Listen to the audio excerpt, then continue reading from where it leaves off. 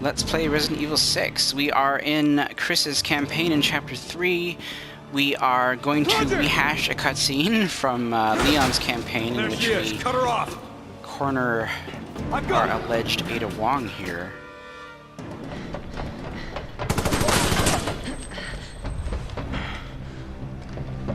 So it is a little bit, I guess you could say silly that you have to sort of watch the cutscene again, because we've already been here, if you played Leon's campaign. I suppose if you didn't, then, you know, that would be seeing the cutscene for the first time, but presumably you have played Leon's campaign, so this is exactly the same cutscene.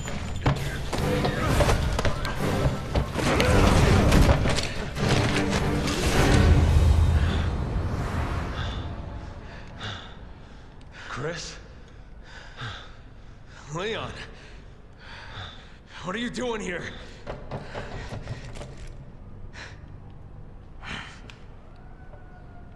Put your gun down, Chris. She's a key witness. We need her. A witness? She's the one who did all this! No, it wasn't her. It was Simmons, the National Security Advisor. I lost all my men because of her! And I lost over 70,000 people, including the President, because of Simmons.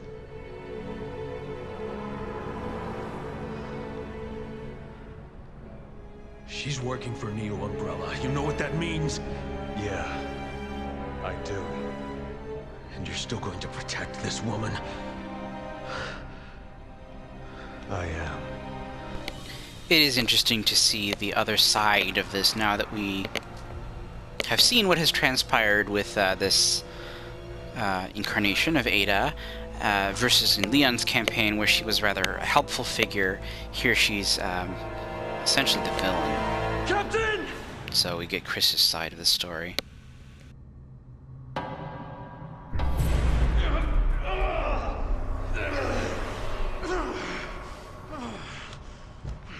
I'm not sure where she was hiding that, like, in that weird dress, like... Freeze! Did she have cleavage or something? Damn it! Maybe it was in the briefcase.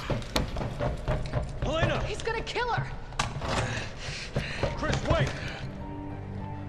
We both want the same thing here. All right. The BSAA will handle Ada. You take care of Simmons. Chris! I know you'll do the right thing.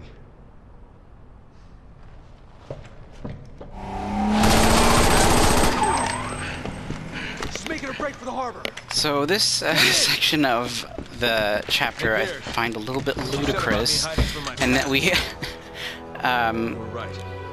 chase Ada Catch up to her. using this, Won't stop until I do. like, vehicle. I was gonna say tractor. It's not a tractor. ATV maybe? I don't know. Truck.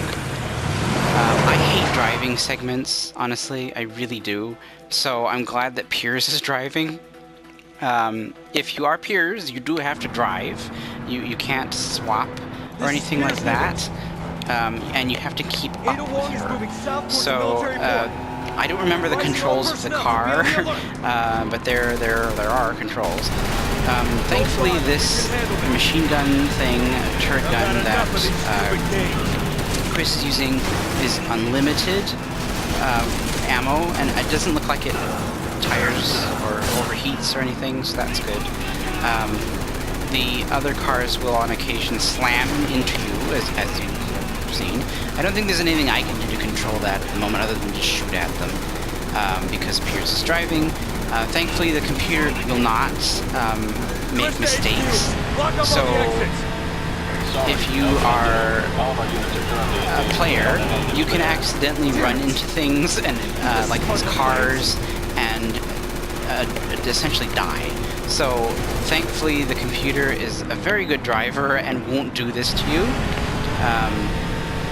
I could see that that would be very frustrating. Also, it has absolutely no problem keeping pace with her, so don't have to worry about that if you are Now we've got you. playing with the computer and you're playing on Chris. So otherwise it's a little bit annoying having to deal with everything that's going on as well as drive.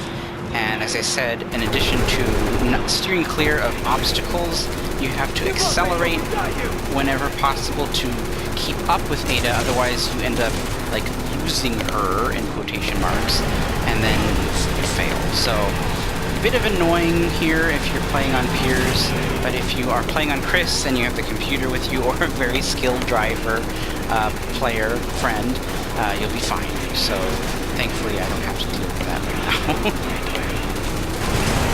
I would just continuously hold down the fire button when you're playing as Chris here as well, because, as I said, the gun will not overheat, and it doesn't run out of ammo, so you're free to health away here.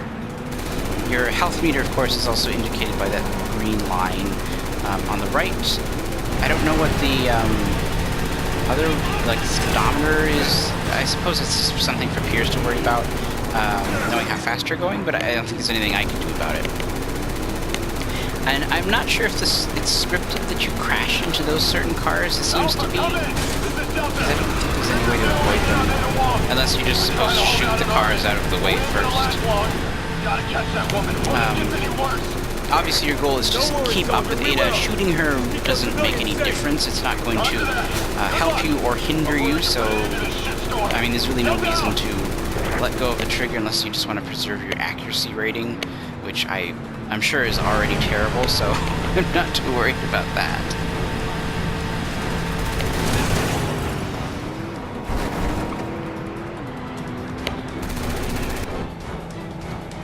And thankfully they are pretty generous with the checkpoints during this section, so if you mess up, you have a couple of chances to sort of redeem yourself, which is great.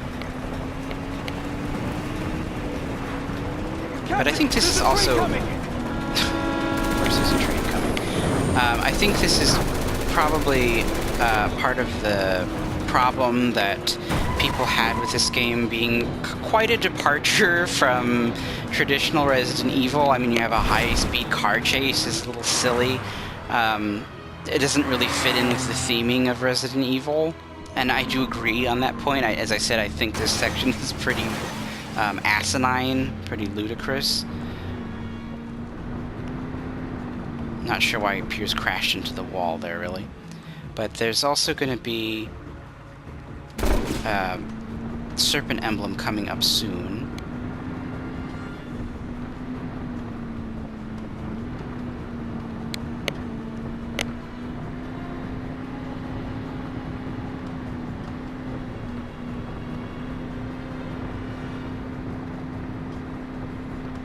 So I'm not really doing anything here. This is all Piers' computer.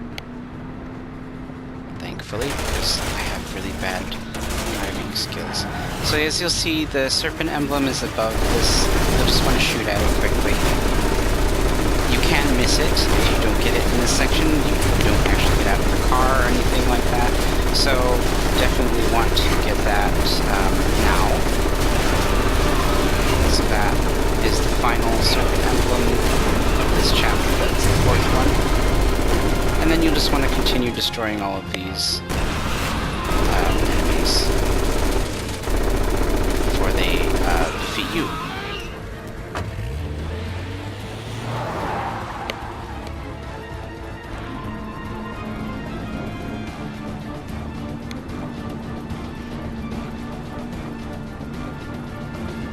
So if you're on Chris, that emblem is relatively easy to get because you're using the Gatling gun or the turret gun or whatever you want to call it. If you're on Piers, of course, you have to stop and use your guns. Hey, grab your gun. I'm taking the wheel. Hang on! Taking a shortcut! Good luck. Good luck to us. So I do have to drive during this part. Which is not exciting to me. So I'm not sure why you punch the... You're not gonna lose us, Ada! windshield out there, but anyway. So basically, yeah, the controls are just to hold R2 to continuously move and accelerate. Anytime you have the boost ready, which will indicate like that, you'll want to use it, otherwise you will likely lose Ada. So definitely use that whenever you get a chance. You can brake with L2. I don't really know why you would want to. Maybe if you're going in the wrong direction or something. But basically, you just want to make sure that you boost every time that it's ready. I can't remember the exact distance, but if you fall away from her a certain distance, you will lose. So I don't remember what that is offhand, but basically just every time you have the boost, use it and pray and try to drive in a semi-efficient manner.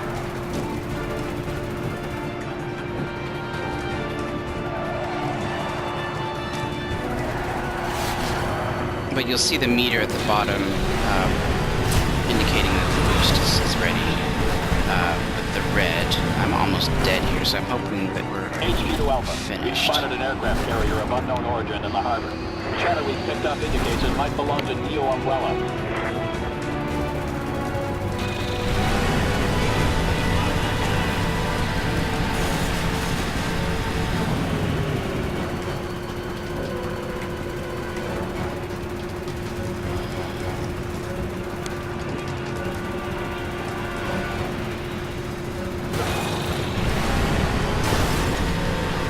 That's where Ada's headed.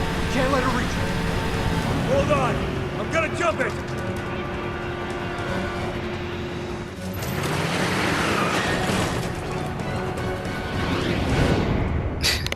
Getting a little ludicrous there. Silly. But thankfully we were able to get that in one shot. As I said, I'm really tremendously bad at that driving section, especially the part on piers. The part with Chris isn't as challenging, so thankfully I was able to do that without running into any issues. So that is the end of Chapter 3, and I got a B rank, so a little bit low there. That's probably due to accuracy for the most part. So we got a C on accuracy, just under 60%. It didn't count Piers' death, interestingly, so we got an A with 0 deaths there. Just over an hour and 25 minutes, so that was the clear time, which got us a B, so a little bit slow there. We did clear almost 90 enemies, so we got an A rank there. So pretty good. So we did indeed get a medal here for sliding down the slide, as I mentioned, which I think is incredibly funny. We beat Leon and Helena in the race, so that was the part in that little area where we had to race them through that part with Ada Wong. So you do get a medal for that. Killed an animal, sorry rat. And then the story ones that we got were that we agreed to fight towards a common goal, should be toward. Shot down the helicopter and avenged your fallen comrades. So that's great. That's the 3rd chapter of Chris's campaign drawn to a close. One of the more annoying chapters, I think. I feel like I say that about all of Chris's chapters, which is sort of unfair, but as I said, I think his campaign is a little blah.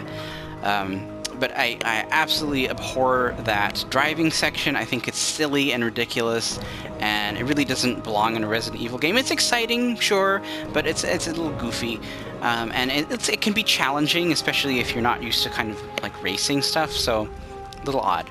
But anyway, so we've caught up with Ada, hopefully, and in the next chapter we will explore that missile silo or whatever it was, and hopefully be able to track her down. So thank you very much for watching, and we'll see you again. I will see you again in Chapter 4 of Chris's campaign, and that is coming up next.